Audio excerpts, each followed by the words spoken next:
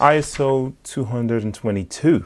Today, November the 19th, 2023, was supposed to be some kind of hard deadline that every bank in the world, every financial institution in the world, and every government in the world was obligated to switch over or completely be left out of the loop, right?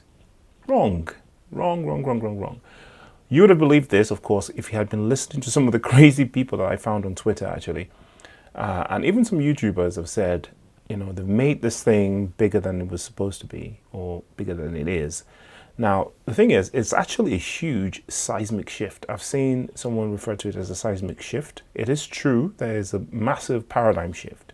But it isn't what people have made it out to be, especially people who have linked it in a sort of a one-on-one basis with XRP. I've seen people try to say ISO 20022 was basically equivalent to XRP. So it meant that all banks around the world had to suddenly switch to using the XRP ledger. I mean, that's kind of crazy to think that people would believe that, because think about the governments of the United States, the UK, Germany, etc.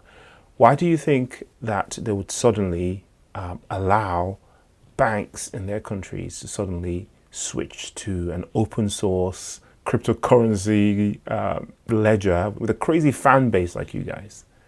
No, of course not. What this means, though, is that the standards are changing in a way that it makes it 100 times, I'm exaggerating, of course, orders of magnitude more interoperable with the XRP ledger. Of course, the XRP ledger has been compliant with this since time, and now other systems are catching up in such a way that it would be easy to plug in into the XRP ecosystem.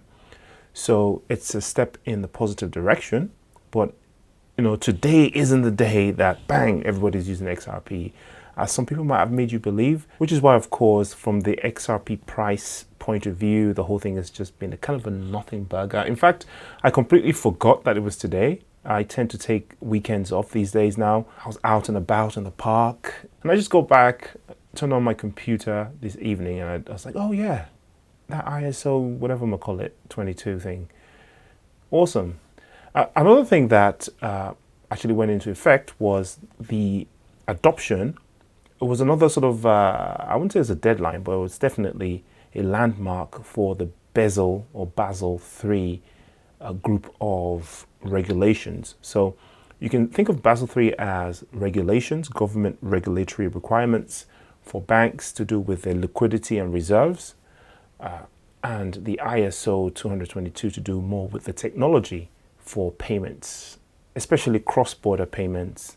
Protocol, right? It's similar in a way to, again, I've compared it to USB-C or TCP/IP that runs the internet.